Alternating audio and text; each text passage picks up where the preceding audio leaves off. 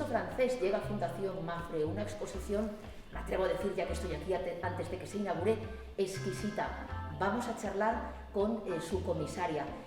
¿Cómo está estructurada? Que me ha interesado mucho cuando me lo has contado antes fuera de cámara.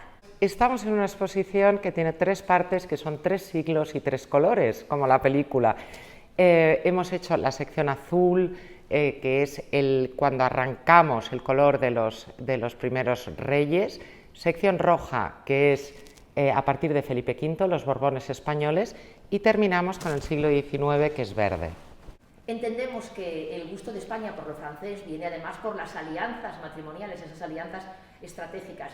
¿Hay algún otro componente que nos ayude a entender por qué de pronto España mira tan en detalle a Francia?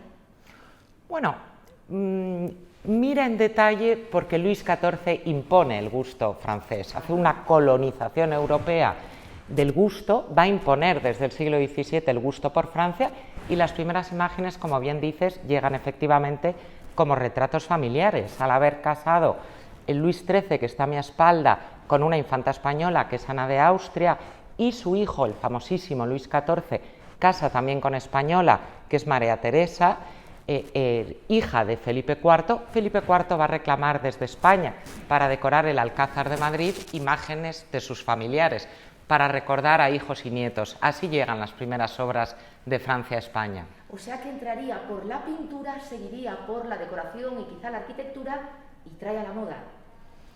Sí, podríamos decir que es los pasos que se siguen, efectivamente. Entra por la pintura, con alguna excepción de alguna obra que tenemos en esta sala que traen unos primeros comerciantes del siglo XVII al norte de España.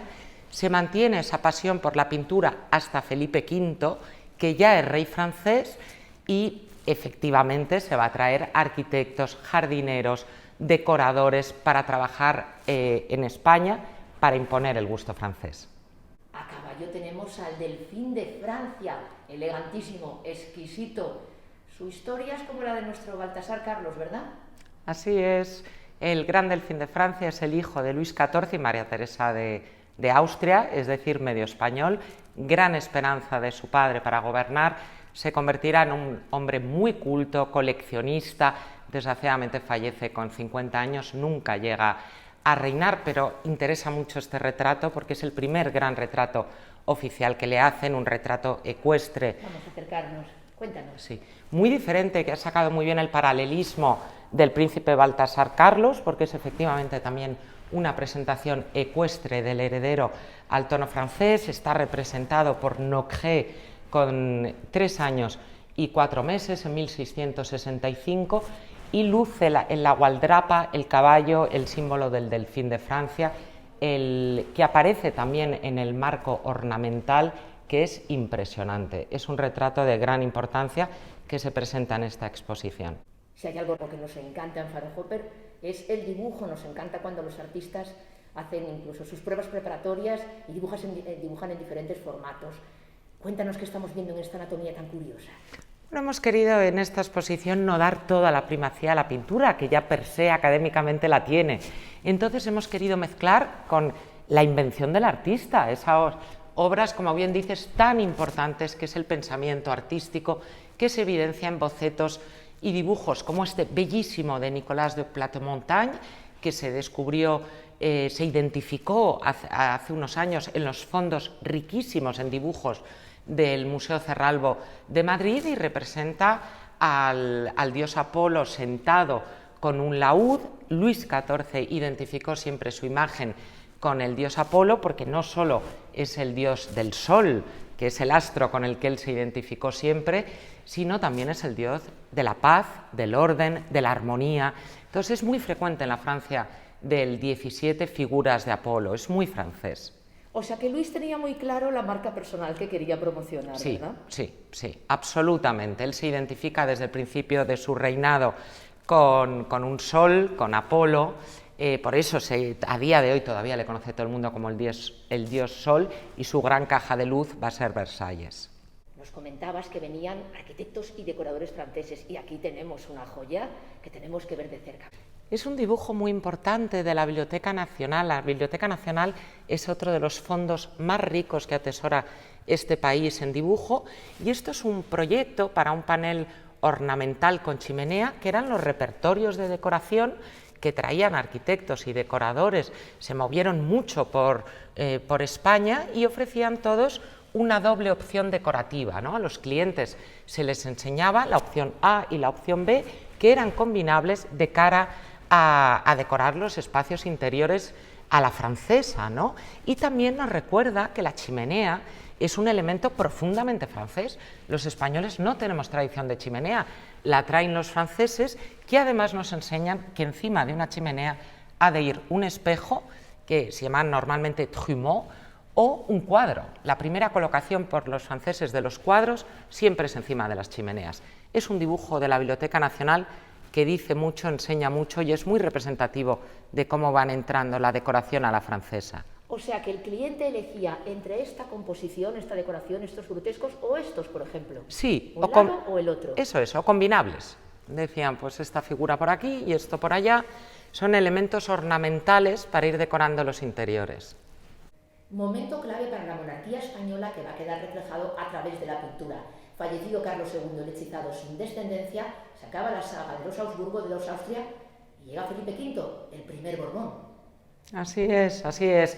Tenemos que tener un rey francés, así lo dispone Carlos II en su testamento, al morir efectivamente sin herencia, y Felipe V es el que va a oficializar el gusto francés. Él se ha criado en Versalles, cuando llega a España se encuentra el Alcázar de Madrid, no es absolutamente de su estética ni de su tradición, y se trae a todo un equipo de pintores, decoradores, jardineros, arquitectos, escultores, y una de las cosas que más le impresionan es que no tiene un buen retratista de cámara, ¿no? Él quiere fijar su imagen como rey de España y entonces pide a Francia que se le envíen retratistas. Primero le envían a Miguel Ángel Guas, que es un pintor absolutamente espectacular. En la exposición presentamos como atribuido a su mano este bellísimo retrato del infante Carlos, muy pequeño, el futuro Carlos III, que tenía una atribución anterior, y aquí se defiende a partir de la exposición. Lo ha publicado uno de los investigadores que estaba informada de la obra, Eduardo Puerto, dijo, esto es un Guas, ¿no? Y creemos que es el Guas, el retrato de Carlos III, pero al rey no le gusta, le parece antiguo, le parece anticuado, y dice, necesito que me envíes a Francia. A Guas le pone a hacer otra cosa y a Francia le pide otro retratista de corte. O sea que aquí tenemos un hallazgo, algo inédito también en esta exposición, sí, esta autoría. Sí, y la identificación del personaje como Carlos III. ¿A quién envía Francia? Un pintor consagrado, un gran retratista, Jan Ranc, que tenemos aquí detrás, el que creemos que es el prototipo de la imagen oficial de Felipe V. Existen otras versiones, Patrimonio Nacional y el Museo del Prado atesoran otras bellísimas de este gran retrato que sin duda retrata, sin duda destaca por la belleza, ¿no? de la pintura de calidades, esos rasos, esos terciopelos. Es un cuadro de una belleza inigualable, ¿no? Riquísimo, riquísimo. Es riquísimo, es riquísimo, tiene los colores de Francia, rojo, verde, azul, y es de una belleza inigualable este Felipe V. Jan Ranc se va a morir en España y hace falta que venga un tercer retratista de cámara para trabajar al servicio de Felipe V, y lo hará Louis-Michel Van Loo, que pinta esta bellísima, el año que llega a la corte, hacia 1737, retrata a las hijas de Felipe V, como esta bellísima María Antonia Fernanda de Borbón, una de sus hijas, también vestida con los colores de la bandera y que viene del Museo de Bellas Artes de Asturias, donde está depositado por el condado de Villagonzalo. Es una obra de gran relevancia a la que le hemos dado la banderola de la entrada a la exposición porque nos parecía que representaba fantásticamente el gusto francés. Hemos querido también en la exposición intentar ligar a las figuras en la medida de lo posible por las manos, y así Felipe V, en esta bella rotonda de la Fundación Mafre, junta de nuevo su mano con la de su hija María Antonia. Precioso detalle, un viaje atrás en el tiempo en el que vuelven a estar unidos padre e hija. Así es. Amaya, pero Carlos III y Fernando VI no fueron reyes muy a la francesa. ¿Cuál es el siguiente rey que recupera el gusto francés? Efectivamente, no lo fueron reyes de gusto italiano, Carlos IV es el siguiente. Carlos IV es verdad que empieza a imponer el gusto a la española en la corte, pero él tiene un gusto privado. Y el gusto privado que tiene el rey es a la francesa. Cuando hace la casita del príncipe en Aranjuez, de la que aquí exponemos muchas telas, va a contratar incluso a Percier, que es el arquitecto de Napoleón. Está congraciado con Francia y va a ir contratando a los grandes artífices del llamado estilo imperio, como evidencia este bellísimo brasero de 1803 de Gavriot. Pero van a venir otros franceses a trabajar a la corte, van a venir relojeros como Godin. Carlos IV era un rey relojero, aquí tenemos uno de sus relojes más importantes, también de patrimonio nacional. Qué preciosidad, qué delicadeza. Es maravilloso, y fíjate también qué belleza la de la banqueta del Salón de Platino de la Real Casa del Labrador de Percier y Fontaine, que es de una riqueza del material, el labrado es de un gusto exquisito. Carlos IV fue un rey coleccionista de gran gusto francés que hizo auténticas bellezas en su mundo interior, hasta la llegada de Napoleón.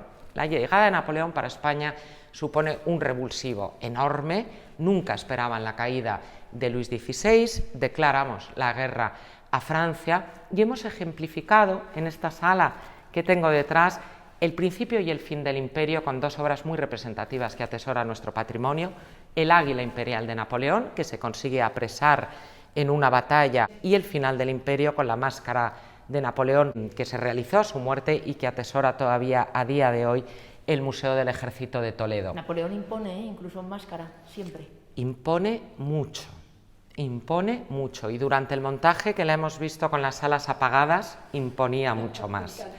Daba mucho miedo Napoleón todavía a día de hoy.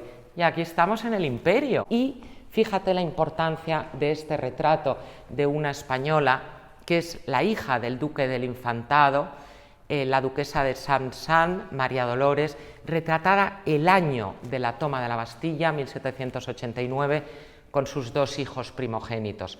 Tendrán un destino aciago, lo contamos en la exposición. O bellísimo también el retrato que tenemos enfrente de la marquesa de Ariza, retratada en el Grand Tour, en Florencia, por un pintor francés importante. Y fijaros, por favor, cómo va vestida al estilo imperio, porque el estilo imperio, aunque lo impone Napoleón, enemigo de España, va a triunfar en España, porque llegaban los modelos de vestidos a través de una revista. Es cuando nacen las revistas de moda. Y Napoleón repartía entre su corte una revista de moda porque querían marca imperio. ¿Estaban bien abastecidos entonces a las últimas tendencias? Estaban a las últimas tendencias y ellos imponen su marca. Ellos estéticamente van a diferenciarse mucho del antiguo régimen. Adiós a las sedas, adiós a los grandes volúmenes, hola estilo imperio. El Museo del Traje nos ha prestado con gran generosidad dos piezas absolutamente maravillosas, como este vestido, que atención, el de ella es para ir al campo. Igual que va vestida la marquesa de Ariza en un día de campo, esto es el atuendo de campo, que hemos contrapuesto con el atuendo de corte, que luce una chupa. Todavía la terminología se mantiene en España, nosotros lo llamaríamos casaca, pero el término original es llevar la chupa puesta. Esto es una chupa, luce chupa, chaleco bellísimo de seda y calzón. Entonces, aunque los tenemos emparejados, nunca hubieran salido juntos. Él iba a la corte, ella iba al campo. Con una chaquetita que luego va a recordar a nuestras chaquetitas goyescas. Efectivamente, pero son de origen inglés, son los Spencer, que se ponían muy cortitos en tonalidad oscura para contrarrestarlos, como voy yo. Oscuro arriba, claro abajo. Elegantísima, vas elegantísima. Muchas gracias. Y aquí tenemos el gran lujo.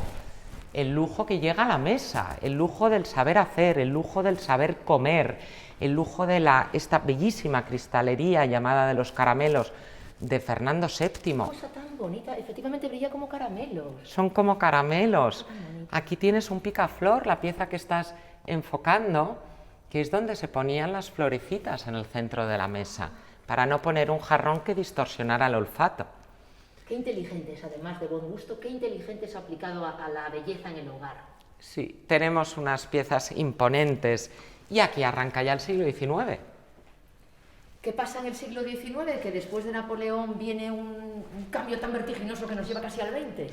En el siglo XIX, terminado el imperio napoleónico, volvemos a congraciarnos con Francia y España vuelve a asumir que el lujo, la elegancia, el saber hacer y el saber estar son franceses. Entonces, lo elegante que era retratarse a la francesa, retratarse en París. Hay una persona, sin embargo, muy interesante que decide retratarse en París, pero vestida de española, Eugenia de Montijo, que se representa en este imponente retrato ecuestre, el segundo que tenemos en la exposición, además del gran delfín de Francia, nuestra gran delfina, que va a ser emperatriz de los franceses, es Eugenia de Montijo, que con 18 años se hace este imponente retrato a caballo, vestida con traje de montar, escopeta rondeña, y se planta en París, vestida a la española, reafirmando una personalidad que luego se ocultará cuando se convierta en emperatriz de los franceses. Es un retrato imponente que generosamente ha prestado la Casa de Alba, pero tenemos otros, tenemos una Isabel II inédita retratada por un pintor francés, posiblemente a partir de un grabado. Tenemos esta belleza con la que la hemos contrapuesto, que es la marquesa de Jabalquinto, retrato de Hébert importantísimo, que atesora el Museo de Bellas Artes de Asturias a través de la colección Villagonzalo, que es de 1870 y arranca ya la nonchalance, la decadencia, la pérdida del savoir-vivre de los franceses, ¿no? Las mujeres empiezan a ser retratadas con una especie de tristeza inherente, ¿no? Una decadencia que es antecesora del impresionismo. Y tenemos otras muchas piezas importantes. Permíteme que te enseñe esta belleza de escultura del duque de Osuna que atesora el Museo Nacional del Romanticismo. Si pudiéramos girar la cámara en el sombrero de pico, podemos. Lleva un sombrero de pico en el que esconde los guantes, porque el duque de Osuna había salido a pasear. Es una escayola bellísima y la hemos juntado en la exposición con este biscuit, que es una fotoescultura, un precedente del 3D, de una impresión en 3D, que es un mecanismo que duró muy poco en la técnica escultórica, se conoció como fotoescultura, en las que los personajes que querían retratarse eran fotografiados alrededor innumerables veces y esas fotografías se juntaban para constituir un modelo en 3 dimensiones. Qué interesante, y además el biscuit, que sé que se colecciona porque es muy delicado y muy Así difícil es. trabajar. Así es. Aquí tenemos la España de los Montpensier, la Sevilla de los Montpensier, que más que gusto francés es incluso el gusto Montpensier. Ellos afrancesan Sevilla y al mismo tiempo se españolizan ellos. Ellos son los artífices de la imagen tópica, del arranque del turismo en Sevilla, encargan la primera representación de una Semana Santa en Sevilla. Sus hijas, ya mayores, en un retrato bellísimo de uno de sus retratistas de cámara, y aquí por detrás es cuando todo se da la vuelta. Tras 200 años de imperio francés, de gusto francés, de elegancia francesa, que Francia le da la vuelta y empieza a reconocer que España es un Oriente cercano, que España puede ser un modelo, y empiezan a venir los viajeros románticos. Aquí los tenemos expuestos en unos dibujos bellísimos, muchos de ellos nunca expuestos. No nos pueden gustar más que los dibujos de viajes y los apuntes de viajes. Nos parece un libro de viaje de artista, joya suprema. Lo son. Fíjate en esta belleza de esta vista de Valencia aérea, hecha en globo. Es un tipo de viaje ilustrado que va a matar la fotografía, pero hasta entonces tenemos estas bellezas que no se habían expuesto, o el viaje del barón Taylor, o el viaje de Gustave Doré, que ya desde un lenguaje realista dice: no pintéis tipismo, ¿no? Vamos a intentar captar la verdad del color de España. O esta rarísima pieza, que es uno de los pocos pintores franceses, muy desconocido, Luminet, al que le interesó la historia de España. La historia de España en el siglo XIX no le interesaba a Francia, no la representaron los pintores. Por eso es excepcional esta cacería de Felipe II. Seguro que estás pensando, ¿están vestidos de franceses? Pues lo están. Lo ¿Están afrancesados? Están afrancesados. Felipe II, pintado en el siglo XIX por un francés, se convierte en un emblema de Francia o emblema de España, que tenemos este bellísimo frutero sevillano que vino a retratar un pintor francés en 1864, ¿no? Un cuadro de la colección BBVA que huele a España, ¿no? Que le da la vuelta al gusto y empiezan a valorarnos como modelo. Al margen de la pátina, que obviamente es distinta, me recuerda al carácter de cuando nuestro Mariano Fortuny retrata a los tipos, por ejemplo, marroquíes también. Absolutamente, son esos años, son absolutamente esos años. Nosotros creemos que esto está inspirado en un cuadro de Manet, pero son absolutamente los años en que Mariano Fortuny empieza a hacer esos tipos y costumbres, son esos. Qué maravilla, es personalmente para mí una tarde maravillosa poder pasarla contigo. Va a ser una exposición que va a gustar muchísimo y desde el Faro de Hopper te damos las gracias por tu siempre amable atención y os animamos a todos a que descubráis esta exposición, vale la pena disfrutar, es arte y es historia y vamos a entender muchas cosas del gusto actual también. Un placer, Amaya. Un placer, Leticia, el Faro de Hopper, aquí estamos para lo que os haga falta. Muchísimas gracias, hasta siempre. Gracias a ti.